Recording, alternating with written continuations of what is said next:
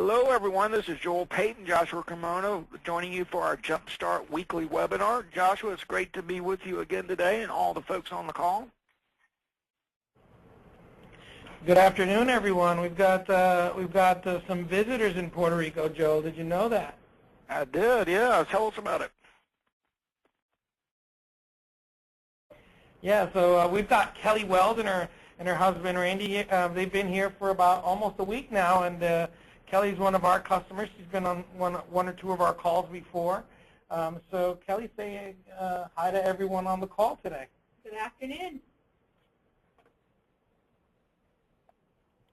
If you can tell, we've got a blue screen here because I'm waiting on an email from Joshua so I can include one last document here. So we'll have that in just a few minutes. But Joshua, let's talk about the new things that's going on at Score, and we'll start from there. Joe, have you started the meeting with Asterisk 1, by the way? Because I can't see anything either. Yeah, I know. I've got a blue screen. I'm waiting on that slide to come in. Yeah, so the calls is going. I just don't have the audience view up, but it'll be up in just a few minutes. Yeah, so Kelly's been down here and decided to come into the office today, and she's been talking and meeting all the faces, all the people, and matching those names to the faces that work on her cases. It's been pretty interesting for her. So how has that been, Kelly? It's been a lot of fun. It's always nice to know who you're dealing with when you're working on your cases. Yeah. Joshua, let's go ahead and get her closer to the speaker so everybody can hear her just a little bit better. It's a little faint, so let's do that, please. Okay, she's a lot closer now. Is that better? Oh yeah, that's great. Thanks. Okay. Yeah, she's relaxed. She's kicking back in a chair here, and she's on island time, Joe. Yeah, it's kind of crazy down there. Well, let's we're going to start this presentation in just a second. I'm waiting on that slide, but what I'll do, we'll go ahead and get started. Joshua is I've been showing new images. I don't have a new business picture yet. But this is one I was thinking about using here. It'll show in just a second, and but I'm not sure that'd be a good image either. And then this is me at Mardi Gras last week, where we got a bunch of loot from the Mardi Gras parades. So I don't know if that's a good one either. And that's my grandson. I had to throw that in there. What did you do for all those beads? Oh, you just stand there. Yeah. So you just stand there. So I had to show my little grandson and my wife, Mitzi. And I'm thinking about, this would be a good new image here, right? So maybe we would do that one. I got to find a new good business image. So anyway, getting back to Kelly. Kelly, how long have you been in the credit repair business? 7 years. 7 years. And before you were a loan officer, is that right? Correct. I was a loan officer for 9, and then I was a loan officer for a couple of the years I was doing credit too. And so, we've been talking about how to build affiliate referral sources and stuff like that. I know that you've been working towards that, and of course then the Christmas holidays came up, and then your vacation came up, but what's your experience with getting affiliates, and how have you done that, and what are your plans for 2013?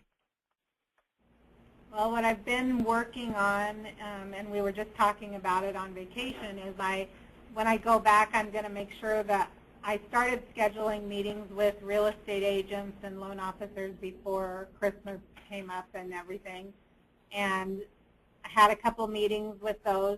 Now when I get back, I'm going to jump right back in and make sure I have at least 2, if not 3 lunches a week scheduled so that I can pick up real estate agents. I've never really worked at getting real estate agents. I've always worked towards loan officers.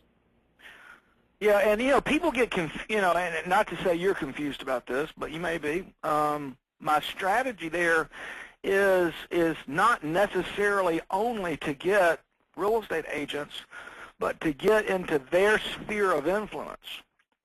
And because it's easier to get to a real estate agent if you follow certain protocols than it is to get to a loan officer. And so the key is to get to that real estate agent in a way that's, you're not asking for business, you're not asking for them to give you turn downs and stuff like that. You're going to these open houses, you begin to do continuing education courses, you go and make presentations to their offices as a way to meet them, of course, as a way to leverage yourself into that network.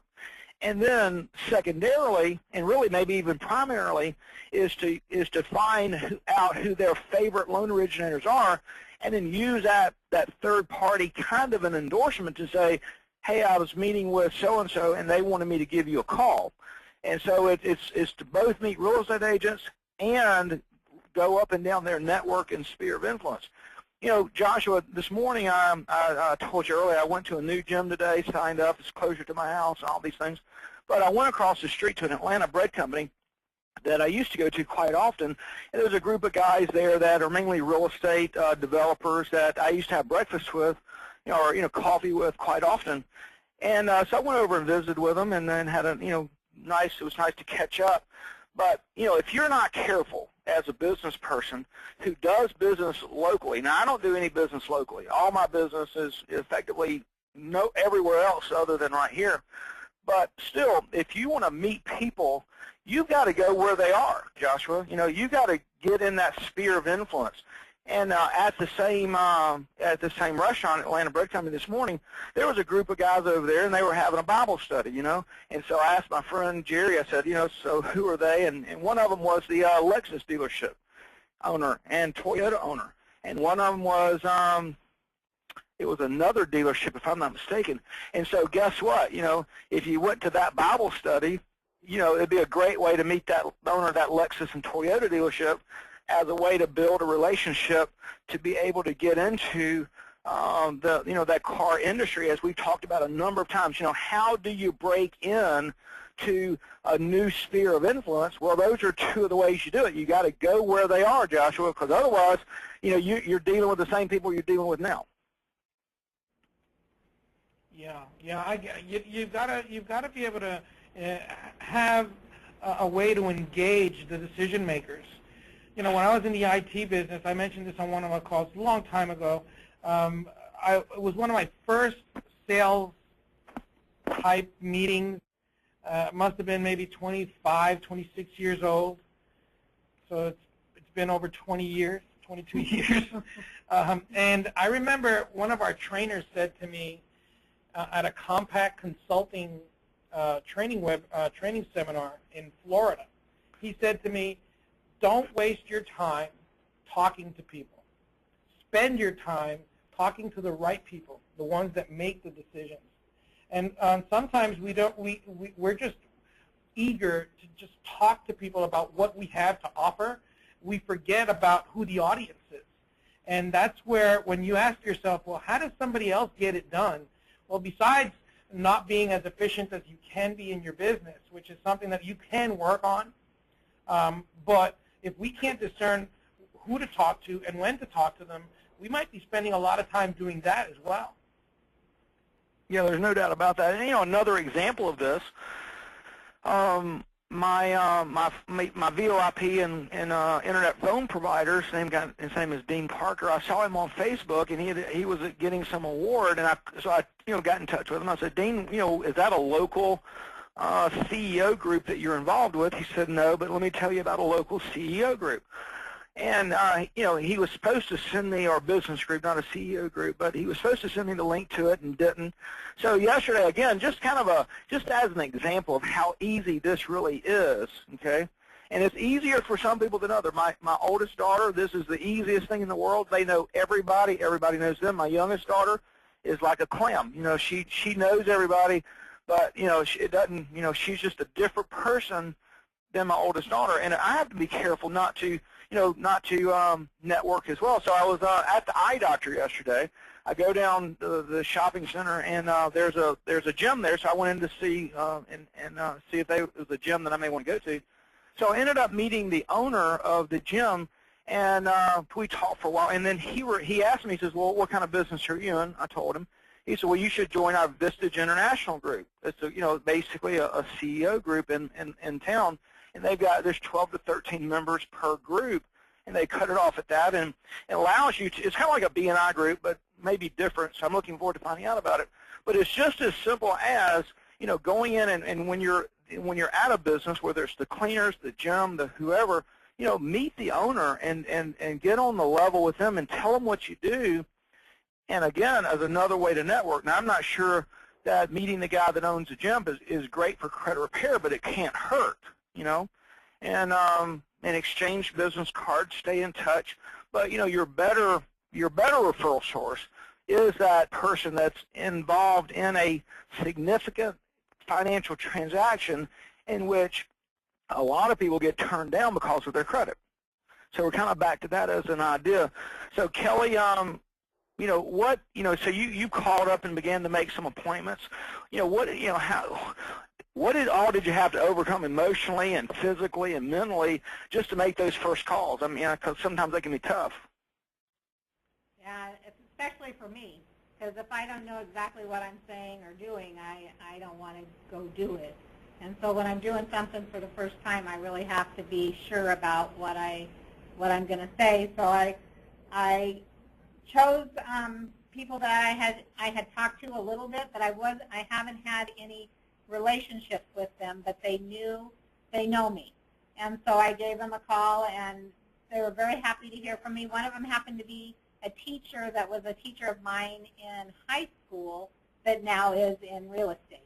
And so I have that appointment with him when I get back. I haven't actually gone to the appointment, but I had to choose phone calls that I knew I could make. I couldn't do the cold call thing yet.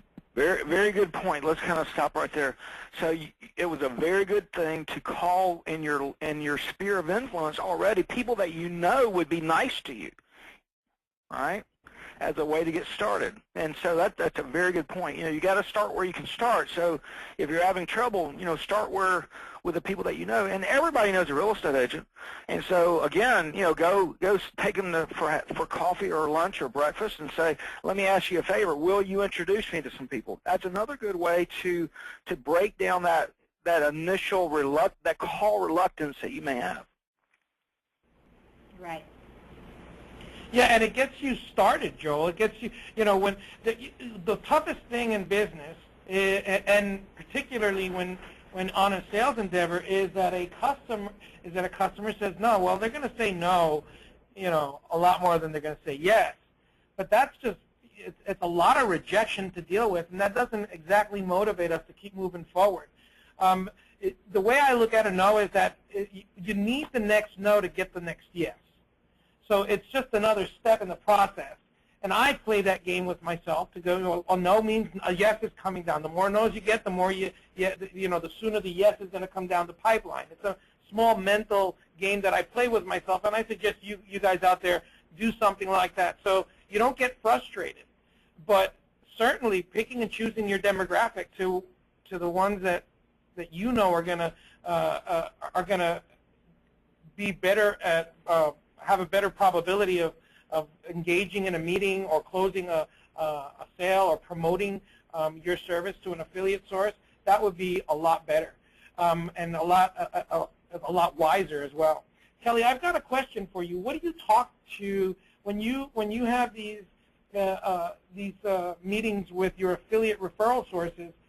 What do you talk to them about? How do you get them to come to these meetings and motivate them to come to these meetings? What is it that I'm not from the mortgage business, so I'm from the car business, so I know exactly how to talk car to dealer principals or GSMs, but I'm unfamiliar. I'm running on unfamiliar ground when engaging people from the mortgage and real estate business. What are the topics and what really motivates them to move and gravitate towards you? What are the things that you would talk about? what I started out, well, when I'm talking to a loan officer, because I had a meeting with a loan officer before, actually it was the whole company that ended up being a couple real estate agents and a property manager along with the loan officer and his processor. And we just really talked about how credit affects the deals they're doing right now, what's going on credit reports that they can send those people to me that I can get them turned around so they can get this loan closed. And in that particular case, the loan officer asked me to talk about credit and to come in. And I had called and made the appointment and said I wanted to come see his new office. But then he called back and said, will you do a presentation for me?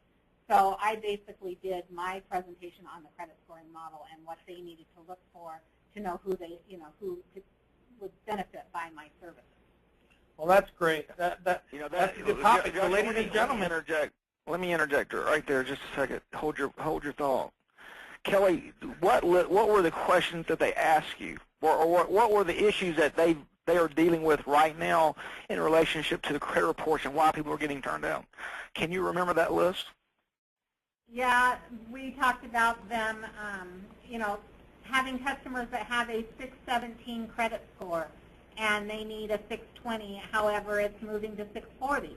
And so they've got customers that are very, very close, but yet they might as well be 100 points away. It doesn't matter if you're 2 points off or 100 points off. If you're not there, you're not there. So what is it about these credit reports that we can do something about? One of them was a single mom, and she signed up with me. They sent her over to me the next day. I had my consultation, and it's a matter of cleaning up some old stuff off of her credit from when she was in college. The other things are just one of the topics we talked about were people with no credit scores whatsoever. They, how are we going to get somebody so that it lined up with getting credit? Those are the two major things we talked about at that meeting. Okay, good, very good. Joe, what I was going to say earlier is that we had a customer of ours, a brand new customer, using the Scoreinc platform, went ahead and I had, on our consulting and mentoring calls, I went ahead and sent her the FICO score presentation PowerPoint that we have. And on our calls, on one of our calls, I went through that presentation, and I suggested she use it with customers during the consultation. She went ahead and edited that presentation and had a meeting at I believe, a Century 21 type setup, or like what would you call that? A net branch office? Franchise. Yeah, franchise. And when she went there, she expected to speak to maybe 5, 10 people. When she got there, she had over 20 people in the room. And these are all real estate agents, loan officers, mortgage, I don't know if they're mortgage brokers or people that are doing things in the mortgage industry at this office, and management as well. And she was supposed to be there for 15 minutes, and her call extended, her meeting extended itself to well over an hour. And she had at least 10 to 15 people interested in her services alone, besides the fact that now she had a bunch of people interested in understanding more about the FICO score. We underestimate the amount of information that some of our peers do not have with regards to the FICO scoring model. So pay attention to to any detail when talking to all of these affiliate referral sources, because it will help them. Sometimes, ladies and gentlemen, Joel and I are talking about things that we just, Joel will say to me, let's talk about on one of our webinars. He said to me one day, let's talk about our dispute process. I said, Joel, nobody wants to listen to that, and that's because we do it all day. To me, it's something that's second nature. It's really fundamental to me, but for a lot of you on the call, that's exactly what you want to hear, and that's the same situation you're going to be when engaging your affiliate referral sources. So go ahead and prepare these types of presentations, and if you're one of our customers, just go ahead and send me an email. And if you're not a customer, let's set up a call so we can talk about it. And you can email me at joshua.carmona@scoreinc.com, and I'll send you our FICO model presentation. You know, Joshua, that's a very good point. You know, you don't realize how much you know. I was talking to one of our customers today that's on the call now, and you know, I made the point to him. I said, you know, let me tell you the point that I made, and I'll come back because this is, I think, a very critical point here. I said to him, when you're making a presentation, sometimes the best thing about making a presentation is that it sharpens your skills. Not only are you communicating information to the other person, but you're also getting things out of your spirit, so to speak, out of who you are, and that quantum amount of knowledge that you got. And sometimes, Joshua, you ever kind of surprised what you said? Sometimes they're like, well, I don't think I've ever said it that way before, you know. And I make that point because, you know, when you know so much information, and if you don't think you know enough, well, you know, practice on somebody, and I'll assure you that if you've been around for long, you've got some of our research, you've listened to our webinars. You know, if you'll go in there and study all of our webinars and look at all our information, you'll know more than you'll know if you don't do it, okay? And you can hone those skills and be able to go into a real estate office and feel very confident and convey very valuable information. And the more you do it, you know, then you measure, and then you refocus, and you restructure your presentation. And before you know it, you know, you got a really great presentation that you feel extremely comfortable in making. But you know what's interesting about this conversation today, Joshua, is we've heard twice that Kelly and then this other person you're speaking of went to make a presentation to a few people, and there were 15 or 20 people there. And not only did they speak for 5 or 10 minutes, they spoke for an hour. And not only were the people interested, 10 or 15 people came up to them and, as I understand, wanted their service or had somebody that maybe they could refer them to. That's the power of what we're talking about. If you're growing your business, you got 100 deals a month, you got 1 deal a month, you're just starting out, get out of your office and go do what we're telling you to do, and I'll promise you'll grow your business. And I'll promise you something else, Joshua. If you don't do it, you won't grow your business. Well, if you don't do it, somebody else will. Somebody else will, right. Yeah, no doubt about it. I was going to say, when you're talking about doing the presentations and things, I do a class once a month, and it's about in front of about 15 people, and I recorded it about a month and a half ago. And I watched the recording, which I absolutely hate doing, but I needed to watch it. And I watched the recording, and when I came away from there after I had watched it, and not to sound like I'm tooting my own horn, but I was impressed with when I heard what I had to teach people. And I said to my friend that was watching it with me, I said, I didn't realize how much I tell people when I'm in a class that is stuff they really need to know. You know, because like Joshua said earlier, you think you're saying it over and over again, and it's not really any big deal. But when you've got 15, 20, 25 people in that classroom listening to you and asking questions, and you're answering them just off of the fly, it's amazing what kind of knowledge you have in your head that you didn't realize is there. No doubt about it. And the next thing to do with that recording, if you're ready to do it with that one, or maybe make another one and be prepared for this, is to put it on YouTube, put it on your website, send out links to as a way to do some training and get additional exposure. This new thing called social media is like really amazing. And, one of the things that I've been learning, I've been trying to figure out how to use Twitter. Okay, so I've had a Twitter account for a while, and I'm really not using it. So I read a little bit about it this weekend, and one of the ideas is to go in and find other people and let's just use this term, in the credit business, other real estate agents, other loan originators, and go in there and click to follow them. And so one of the ways to get followers is to follow a bunch of people. So I guess you could look up the real estate agents or the loan officers in your area. I would presume there's a lookup for that, and begin to follow them, and a lot of them will begin to follow you. Yeah, there's another thing that you can do as well, is that most of you already have Facebook pages. Kelly's been working with her Facebook as well, and she's trying to. There's a couple of ways to get known in Facebook, and one of the ways is to start building your likes. But before you do that, you've got to build what's called your virality, virality. I think it's the way they say it. And the way you do that is by having people share your information and have them share their information with others.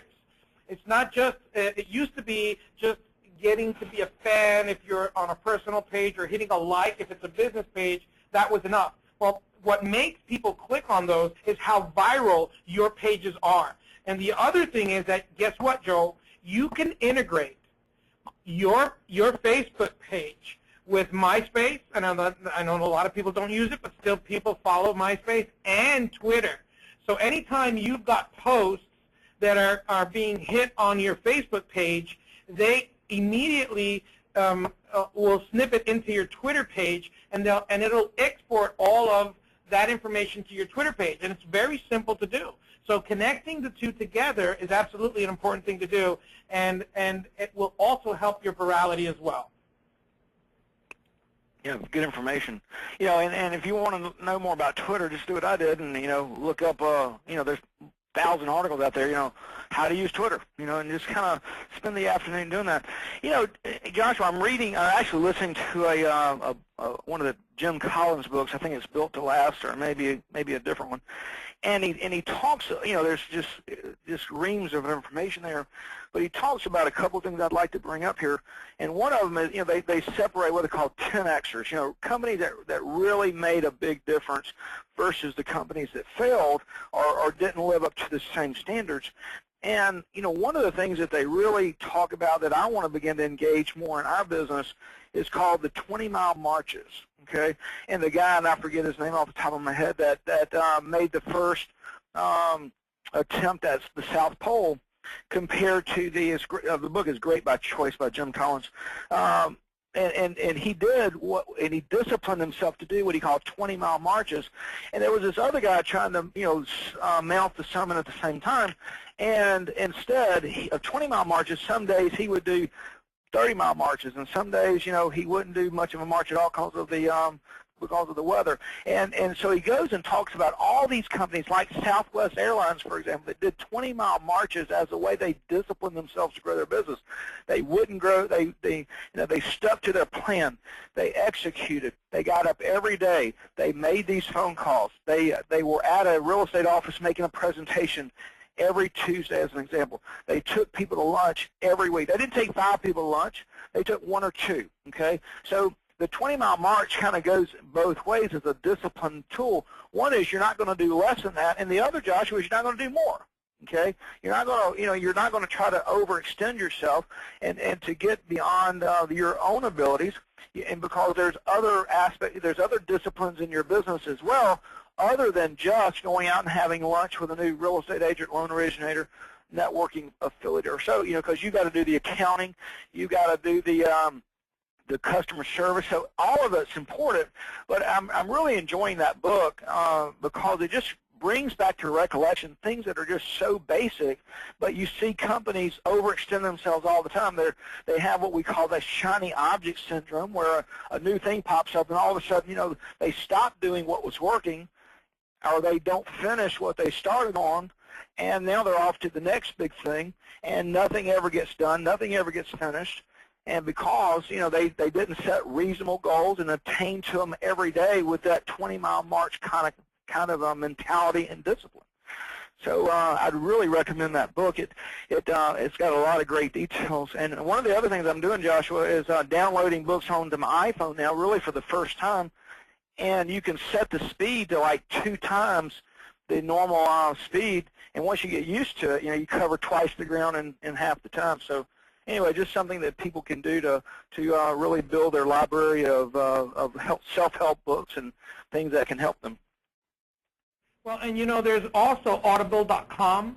Audible.com has a lot of versions of these books, and you can listen to them while you're on. You can download them onto your iPod and put them on the radio in your car when you're driving for 45 minutes to an hour. I mean, that's sometimes we we just take calls, and taking calls is important, but enriching your knowledge and feeding the brain is always something great to do, and that's the perfect time to do it. There's no, especially if you're driving alone, there's nobody else there to interrupt you. Yeah, and that's a great point you just made. If you're not careful, you don't stop and eat, you don't stop and get gas in your car, and you run out of gas, and then you're out there in the middle of nowhere, or you make so many phone calls that you just drain yourself, and and you're not you're not building yourself up. I mean, it's just it's something that I've gotten away from my earlier days, but I have to tell you, it's been very refreshing to be reading Think and Grow Rich by Napoleon Hill, and then of course there's the Jim Collins book. Somebody's asked me to repeat that name. It's Great by Choice. Great by Choice. And I'm reading about 5 things at a time. I'm reading Built to Last as well, and I'm enjoying that as well. But I'm really enjoying listening to it on my iPhone, because it's just so much easier to do that. So anyway, I hope that's helpful to someone. Well, Kelly, let's talk about a couple of other things. One is the and I know you don't have the numbers with you, so we won't ask you for the statistics except what you remember off the top of your head. But you'd also implemented a idea that we've presented on this webinar of placing ads in the real estate section. And I'll kind of jump ahead here. Initially, we didn't differentiate it and put the ad in just one of the home sections, but then moved it. Not only did we change the ad a little bit, but we moved it to the homes for rent unfurnished. Okay, because if you're looking to, in my territory, in my experience, if you're looking for a home that for rent with furniture, either you're real transient or you're corporate, one of the two. But this rental homes unfurnished seems to be the best the best selection.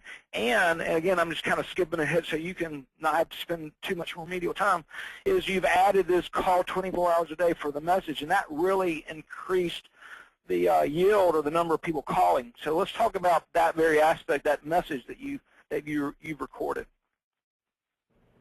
Okay. Just as to what's in the message, or? Yeah, we'll just talk about the message, how it's worked, how this experience has worked, how easy it was to get all this put together, or how difficult it was. No, it was a very easy thing to put together. It's probably a 40-second message, maybe 30 seconds, and it's a pre-record. I have a dedicated line that goes, and I recorded the message. And when they call, it rings, picks up the message, and then it sends me an email, has them leave a voicemail with their phone number to call back. And the message just asks them if they are trying to purchase a home, but they can't because of credit issues, to give us a call and let us take a look at it. It's been a while since I've listened to the message, but it's pretty similar to that. And then well, let's call and listen to it right now. It's live, I would think. So I think I can do that without screwing this up. I'll just call on my iPhone. So let me get that up, and we'll just listen to the message. Hold on 1 second. Yeah, but while Joel's dialing that number, by the way, everyone, another great book by Jim Collins is Good to Great, and you want that's another great read as well. All right, the phone. Here's the phone. I understand how painful that is. The best part is I can help. Hi, I'm Kelly Wells, and I've been helping families just like you get their credit back on track and improve it to a point that they can purchase the home they need since 2000. In that time, I've assisted many families to purchase a home. Can I help you? We won't know until you call. This could be one of the most important calls you have ever made. So leave your name, phone number, and the best time to call, and I personally will return the call. Yeah, so you guys ever? Yeah, that's a great recording, Joe. Yeah, I mean, it's easy to do. It probably took you 2 or 3 times to get it right, maybe 5 or 6 times. But again, not much effort to do that. And again, I know you don't have the statistics with you. You don't have it in your back pocket. But tell us about the results that you've achieved with this ad. The people that leave a message and actually want you to call them back, the results with those people are very, very high, that they're going to sign up and become a customer after they talk to me. and I've gone through the consultation with them. It amazes me. I think I sign up. I don't know. Very few people does not sign up. It's a money matter. If they don't, it's because they can't afford it. And the results have been very good with the newspaper. We've done it a couple other ways in the freebie papers, and the results aren't nearly as good when you're working with the the little free papers. Yeah. So what approximately how much does that ad cost you a month? And do you run it every week, every day? What do you do? I run it every day, and in my area, it's about $300, $275 for every day running that ad. In Washington and Olympia. Now I run the same ad in North Dakota, and in North Dakota it costs me $26 a week. So it's amazing the difference when you're out in the boondocks versus when you're in a city. Well, have you noticed any difference in the results of the different types of people and the results you've achieved yet? The results in North Dakota are just as good, if not better, than they are in Washington, because in North Dakota, people are working, they're ready to clean up their credit. That's one of the reasons they're over there working, is because they've had problems and they've run into many situations. So they're ready. So those people are chomping at the bit, whereas the phone calls probably aren't as, there's probably not as many phone calls in Olympia on that line as there are, because now I have two lines. I have the exact same recording, but I also have a North Dakota phone number, area code and phone number, so I can definitely tell who's calling from where. Yeah, very interesting. Well, so we've got the follow-up process. I think everybody would like to know about that.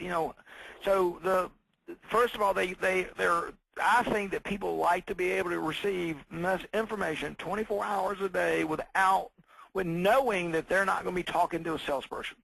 So I think that's really important. Craig Proctor, really, I think he was the #1 RE/MAX agent in the world for years and years and years, taught this principle, and he's used it, and it's been replicated and duplicated, thousands of times by his students.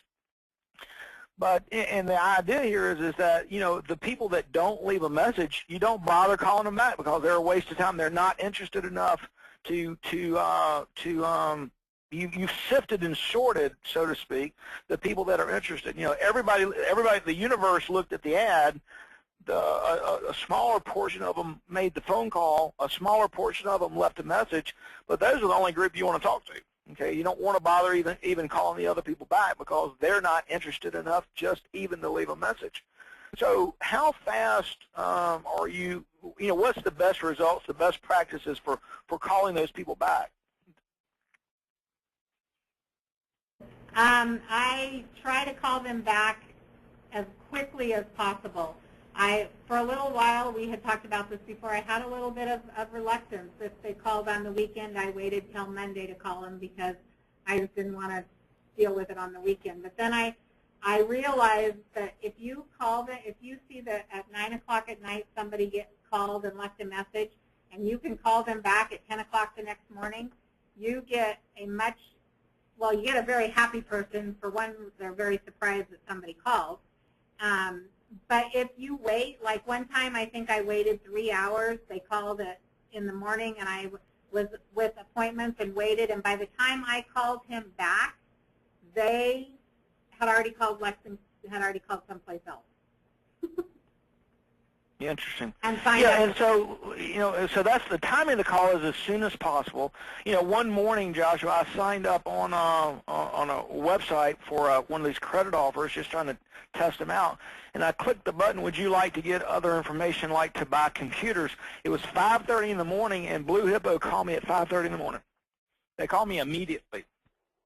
They figure if you're up at 5:30 in the morning, filling out a credit application, you're interested in talking right now. So I'm not sure of the rule about that, but I would imagine that the faster the better, for sure. Now, let's talk about one other thing here, Kelly, because you and I, we've had multiple conversations about this.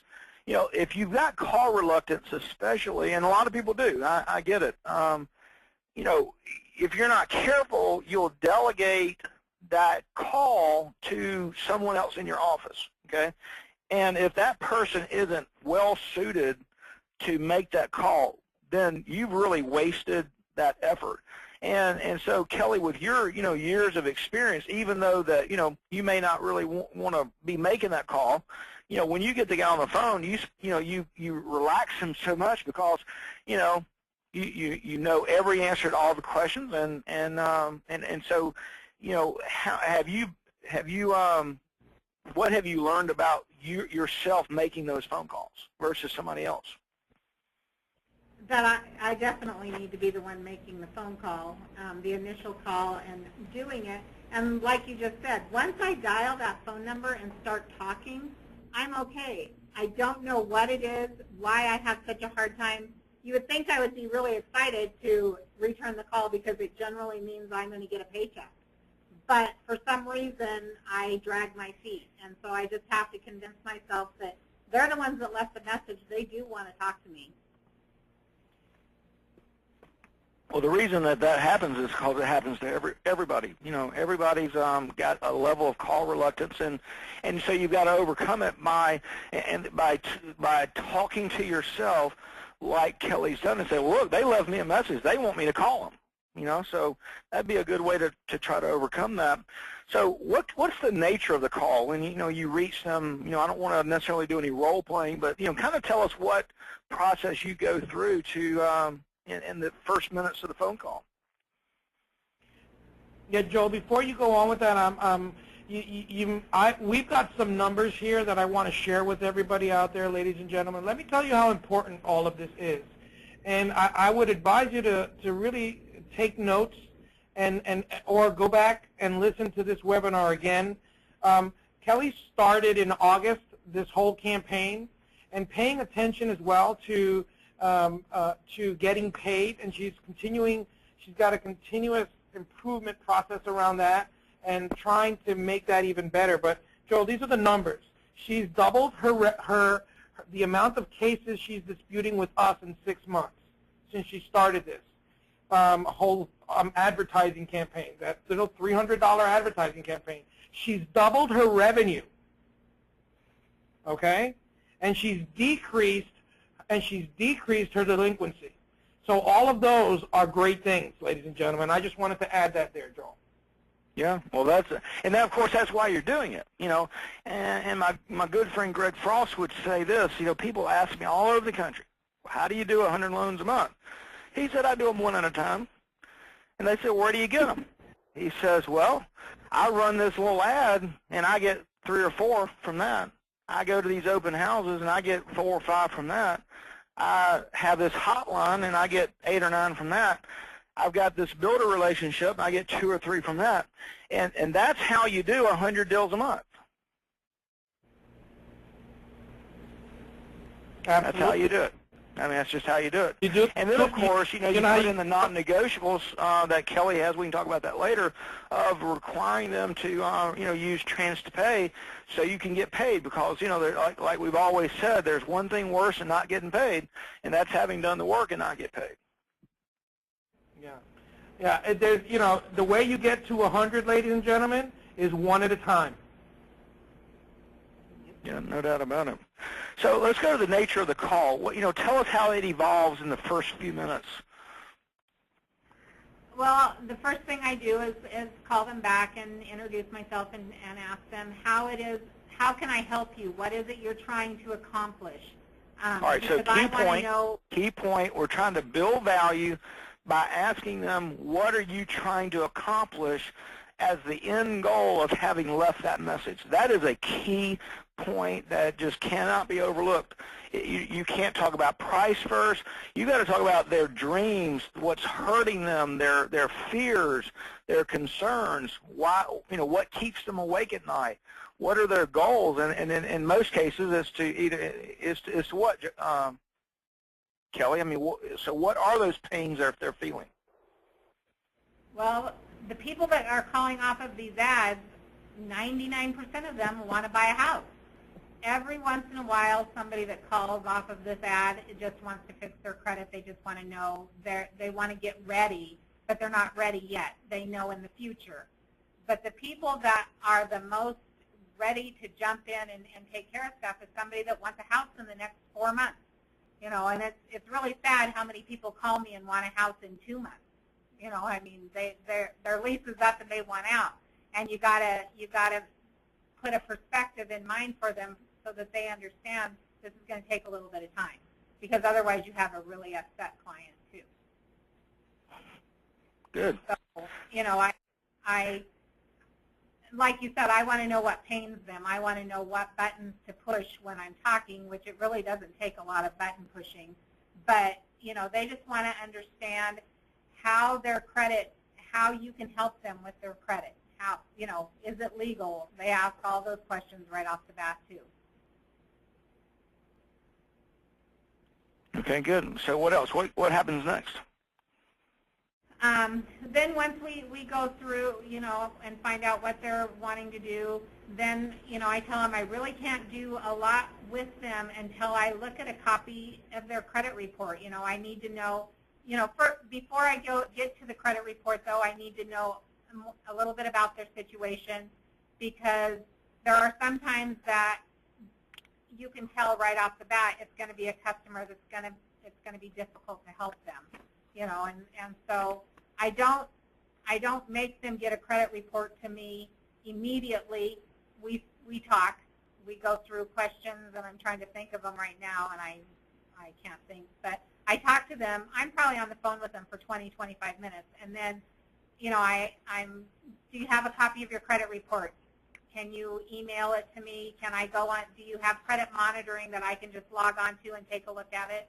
If they don't have a copy of their credit report, then I get them to do the credit monitoring and tell them if they decide that they're not going to hire me, it's something they can cancel. But if they decide that this is something that they want my services, they're going to need that credit. I'm going to require them to have that credit monitoring anyway. So I can't do anything for them without looking at this credit report. Yeah, and so another sift and sort right here. Okay, so how long do you think it takes you to, in the call, to build enough value to tell them that you know, about the credit report? I'd say I've got a good 10 minutes, 10, 15 minutes in the call before we start talking about. So good point, ladies and gentlemen. The key here is, you know, you've got to build value before you make the initial, what we call the money shot, okay? You know, in that money shot, that first initial call to action is that credit report. And so you've got to build enough, you got to do two things. You've got to do multiple things to get to this point, otherwise you're wasting a lot of time. You've got to run the ad, get a universe of people to look at it, get a smaller sifted and sorted group to call, get sift them again with the voicemail message, and then you're talking to them, and you got 10 minutes in this call of not wasted time, but of time you took to build enough value to then ask them for something. Okay, and the first thing you ask them for is something that's, you know, you got to have, and it's really a very low hurdle. But at this juncture, if they say, well, I'm not sure I want to move forward, then you know it's time to hang up. You got 10 minutes in it, and maybe you could get it down to 7 or 8 minutes, and then so it would even take less time. So there's a balance here between building value and then asking for the sale. Well, and not only do you have to build value, you have to build trust, because they're giving you a lot of information, right, from just knowing you for 10 minutes on the phone. But if you can answer their questions, because a lot of that time is spent them asking me a question, you know, asking me, and you can answer those questions and come across as knowledge, you know, what kind of knowledge you have and that you're trustworthy, then more than likely they're going to get that credit report for you. Yeah, I would say, Joel, that the most important part of that first 15 minutes is listening. That essential question is, why are we talking? You know, what was the problem? Tell me how you feel. You know, whatever that question is, to make the customer talk about what's hurting them at this time and why they're talking to you. That's something they need to say. And if you're really paying attention, most of the time, I don't know if you've noticed this, Kelly, they're asking you for the same thing. Mm-hmm. and they're just expressing it differently. But it's fundamentally the same pitch for a different reason and a different spin, but it's all the same thing. It's all about engaging the dispute process. Now, they have to feel comfortable with you, and sometimes we don't let our customers let them say that to us, and we kill the deal at the beginning. Yeah, very good point. Let's differentiate between listening and talking. Okay, I think in this particular instance, you build more credibility by listening to them than you do telling them things about you. Okay, because if you're telling them things about you, you're not building intimacy with them. They're expecting that sales pitch. Okay, but if you let them talk to you, and the longer that they tell you about their very intimate issues, the more credibility and intimacy you're going to build with them, and you increase the likelihood of a conversion and a success. Absolutely. Yeah. And again, one of the things, guys, that you've just got to do, okay, is you've got to take notes of the conversation. So get you I used to have this Dell wireless keyboard, and I type pretty fast, and Joshua, I'd have bursts of typing. Joshua says, "What are you doing? We're going to be on the speakerphone." So I had to get one of these Apple keyboards that's basically silent, and so now I can take notes. I take notes just about on when I'm talking to anyone, because I kind of have this rule: if it's not written down, it better not have happened, number one. And number two, if you can remember everything that you talked about with somebody, you just didn't talk to enough people. And so, create a system in which, with the CRM program that you're using, and of course, there's multiple ones to use. Our Scoreinc solution would be a great one as well. But, create the contact, begin to enter in the notes, detail out what they tell you, and that impresses people, okay? It's not impressive that when you call back, you can't remember what you talked about with somebody. So if you're not doing that, go to that next step of taking notes, and I've gone back and forth between notebooks and legal pads and CRM systems and Microsoft Outlook and Infusionsoft, but whatever it is, pick one, stick with it, and use it, and again, get you a silent keyboard so that you're not making a lot of racket while you're typing. Yeah. One of the things that we've been discussing, since Kelly's been down here, Joel, for the last couple of days, is I've been repeating to her the idea of creating your secondary revenue stream, and from the existing one, so it doesn't cost you much more than that. What you really have to do is get everyone on your staff in tune with the message, and this is the message, ladies and gentlemen. It's ask for referrals every single time. If you've got somebody calling your customers for outstanding payments, ask for referrals. If you've got somebody scheduling a phone call for you, have them ask for referrals. If you've got somebody that is just an inbound call, just asking about your services, ask for a referral. When you close your customers, ask for a referral. Have a friends and family referral plan. Ask for referrals at every opportunity. If you're sending emails, ask for referrals. You'll find that will quickly become, it will turn from your second most important referral source to your first referral source. Because these are customers that you already have, and have already talked to you. Even the ones that say they can't do the credit repair right now, ask for referrals and make it lucrative for them. Pay out some type of referral fee for customers that do close. This is something that you can do with customers of yours to help get that going and create a complete attitude around asking for referrals at every single time you touch your customers, every single time. Yeah, so let's give them some words to use, Joshua.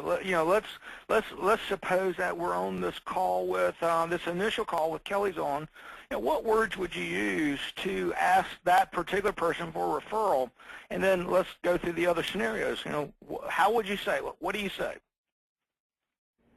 Well, if it was me, I would ask the customer, what do they think about the information that about the information that we're sharing today? Do you think it's helpful at this time?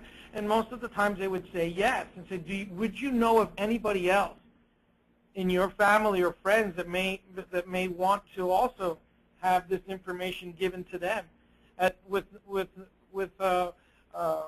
no type of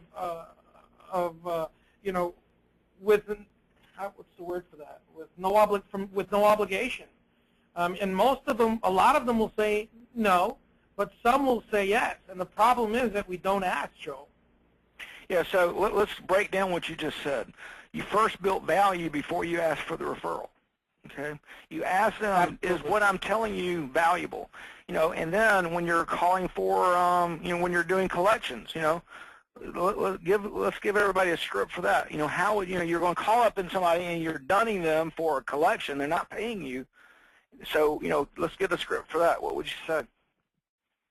Do you know that I know that we all go through hard times, and I'm calling you today to make sure that your service is not interrupted, and if it is interrupted, to make sure it gets back on track. One of the ways that you could help pay your way through our service is by referring customers to us, through our friends and family plan, and then just promote the plan, whatever plan it is. Joshua, you're a good salesperson, buddy. That just rocks. That rocks. Yeah. You just called up somebody, you asked them to pay you, you told them they wasn't paying you, you sympathized with them, you commiserated with them, and then you gave them a way to help pay their bill. They might even pay you. Yeah, they may even pay you, right. Yeah. Very, very good. I mean, that is just excellent, excellent, excellent. So, of course, that script's available on this call. We ought to just type that out and give it to everybody. But sometimes these, you get the best information in these unplanned events. Very good. I mean, that is an excellent script there. One of the things, Joshua, we're running out of time. We always try to end this closely and to be on time and keep people on schedule, because they take their time to be on these calls. We've got 3 or 4 more slides, but let's skip over to the identity IQ. And Joshua, we keep pushing this. Let's just admit and use that word for this. And there's 2 reasons. Primarily, one is that we think it's a great program because all of the negative items are in one area of the credit report, so it makes reading the report much easier. It makes reviewing the report much easier. It's a great price as well. But of course, at Score, we want everybody to use it so that we use the same report over and over again, so that it makes it easier and more efficient for our process. But Joshua, you look at all the different credit reports out there, and other than a tri-merge, which you really shouldn't even have. I mean, this is probably one of the better credit monitoring programs available.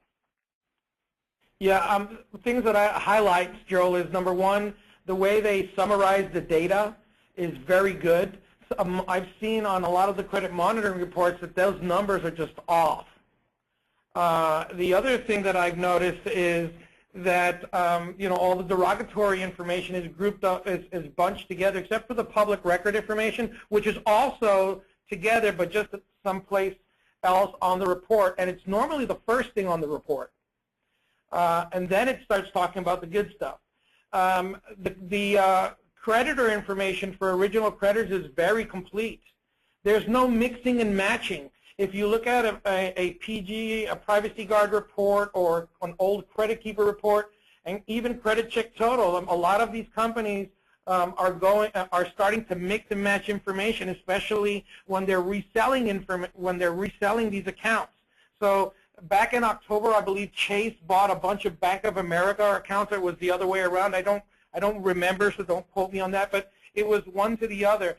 And what they did was mix and match a lot of these, and you'd have a listing in Privacy Guard under Chase, and then the collection agency would be in TransUnion, but the other 2 account names would be with Chase or Bank of America.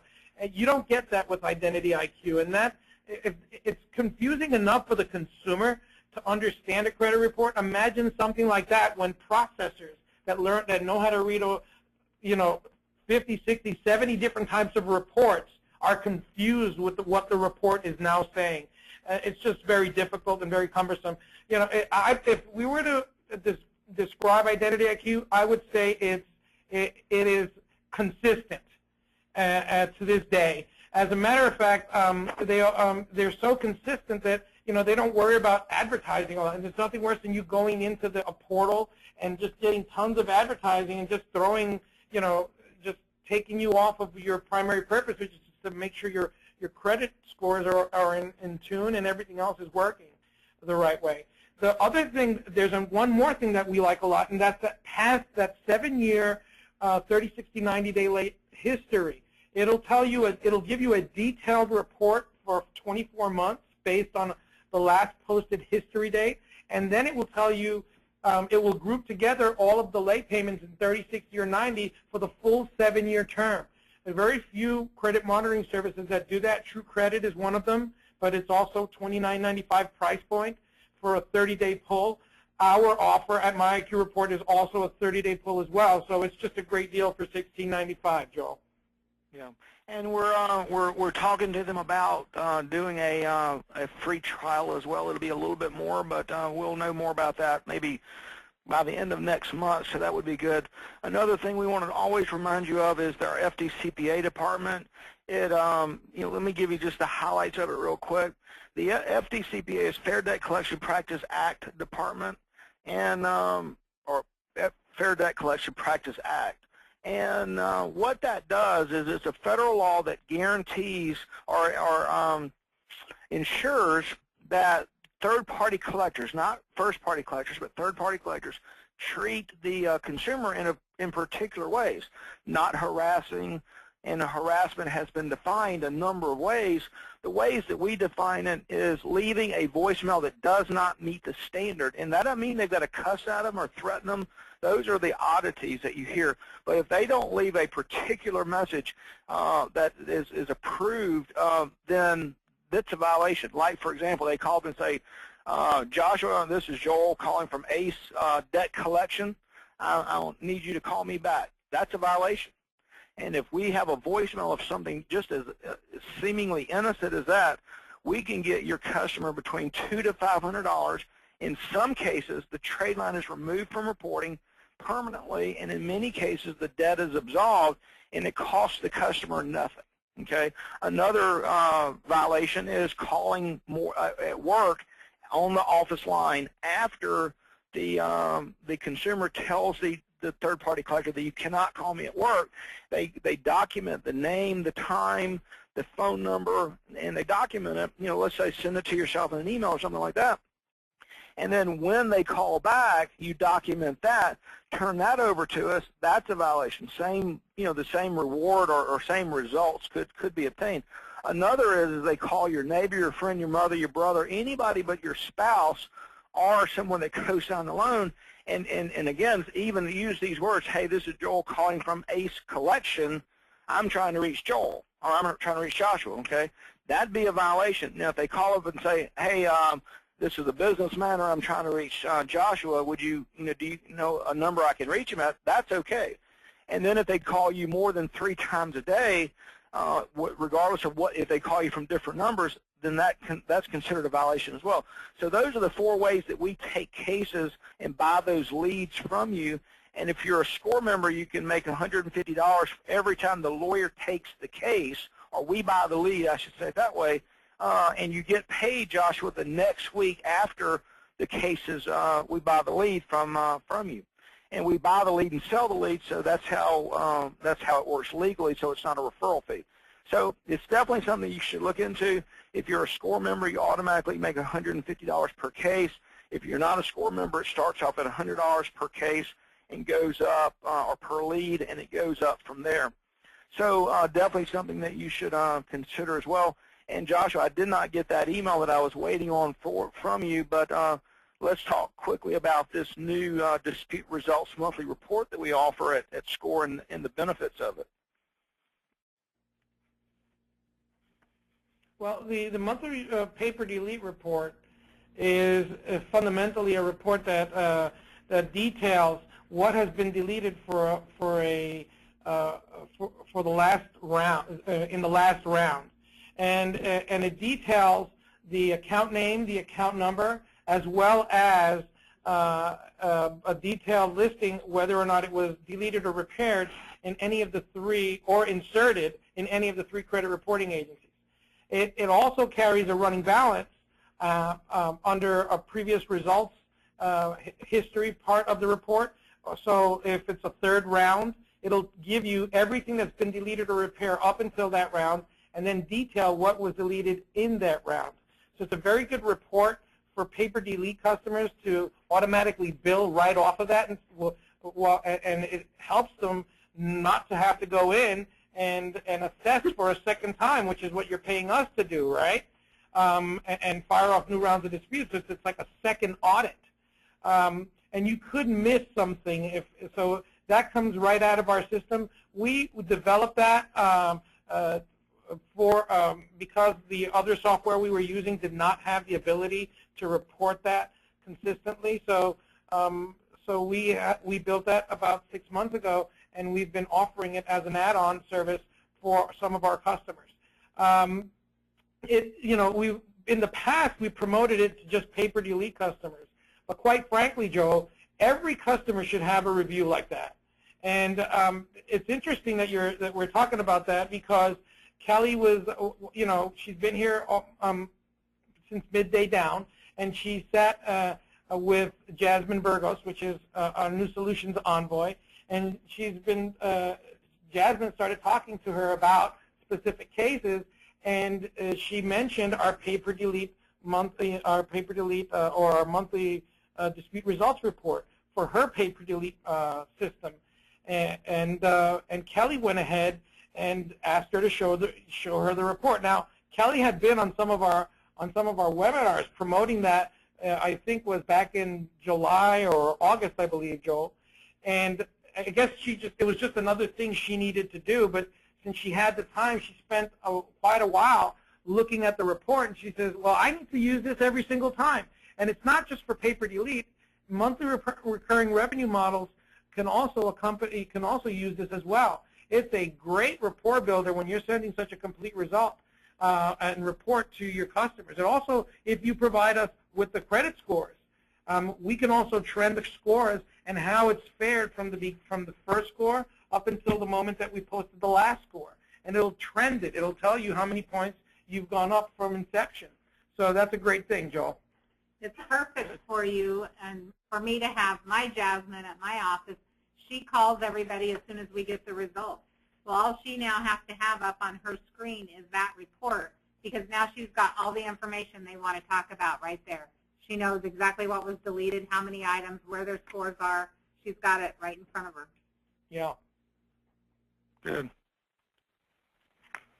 Good deal. Well, Joshua, another great call. We're just a few minutes over the hour, and we thank everybody for joining us. To Kelly and Randy, thanks for being in our offices, and you guys enjoy your vacation. And Joshua, we've had another great webinar next week. I was going to ask you what we're going to talk about next week, and the answer is we don't know. But we'll put it out there and mark it to everybody. I wanted to remind you that we've got all of our webinars, or I say all of them, most of them are on our website at the Scoreinc.com in the members section. If you are a member, can you show that, Joe, can you show that to everyone? Just put a browser up on the screen and show them the exact page, sure, please. Yeah, but you can gain access to that, and it's a great thing to do to listen to those calls. There's a lot of other content there as well. So be sure to take advantage of that. It's a great thing over the weekend. 2 weeks ago, we had Doug Parker on the call, and that has been uploaded. It will be uploaded by tomorrow, and last week's call will be uploaded, as well as this call will all be uploaded by tomorrow. So you want to make sure you go there. It's the members only or the members tab here. So if you know your username and password, you enter it here. If you don't have one, sign up in this form on the right-hand side. and we will get that to you. I think it's an automatic response to get you that back out. But this is a great great opportunity here for you to do, and Josh, I got to figure out how to put those, if it's possible, put these on my iPhone, so maybe you can figure out how to do that, and then we can show everybody next week so that you can listen to those in a more convenient setting than currently I'm able to personally. So maybe we can go through a little tutelage on that next week. Yeah. Yeah, that's a good word, tutelage. I'm going to look that one up, Joe. Well, just because I'm from Alabama doesn't mean I don't have a decent vocabulary. And I had a fairly decent education, but well, that might be a word. You'd be surprised. I'm looking that one up. Of course, it's a word. I said it. If it wasn't a word before I said it, it's one now. No, it's a good word, tutelage. Yeah. Okay, guys, we've had another great webinar. Everybody, finished their week strong. I keep reminding people of this, Joshua, and I want to do it one more time. If you will go into next week on Monday morning knowing exactly what your priorities are for the week and have your schedule built and time blocked out, you will find a significant difference in the results you achieve. Okay, so if you won't change, you got to do some changing. And I find that I build these lists. Last week I showed you my my spreadsheet that I use. It's so simple, and I sent it out to everyone that was on the call. So if you didn't get that, email me and I'll pop it over to you. But it's you've got to have a way to manage what you're doing. And another thing I recommend is you don't have one, get a whiteboard, or even better, get these that big Post-it notes that you can tear off and tape to the wall. They're even better. And I recommend that you do this, is that if you've got a realtor campaign, for example, put that on the wall in front of you and mark down, this is my goal for the week, or this is my goal for the month, this is my goal for the quarter, and who am I going to hit, and how am I doing, and cross them off and make yourself those notes and give yourself that visual, that roadmap, that dashboard to be able to follow, and do another one for loan originators, do another one for car dealers, whatever your initiatives are, and get those initiatives up in front of you so that you can actually see them. Because sometimes we, if we're not careful, we lose focus of what our vision is and what we're doing because of all the details. And so on one hand, Joshua, we don't have enough details, and on the other hand, we got too many details, and if we're not careful, we don't see that vision of what we're actually doing and what we've accomplished. And being able to see what you've accomplished quite often allows you to have the strength to make that extra call and to do those extra things and give you the focus that you need. So anyway, just a point I'd always like to remind people of. And, go into next week with an absolute ironclad plan of what you're going to get done this week, and actually, if for every day. So I encourage you to do that. Joshua, another good call. Thank you very much. Thank you, Kelly. Okay. Yep, thank you, everybody on the call, and we hope to see you next week. Yeah, absolutely.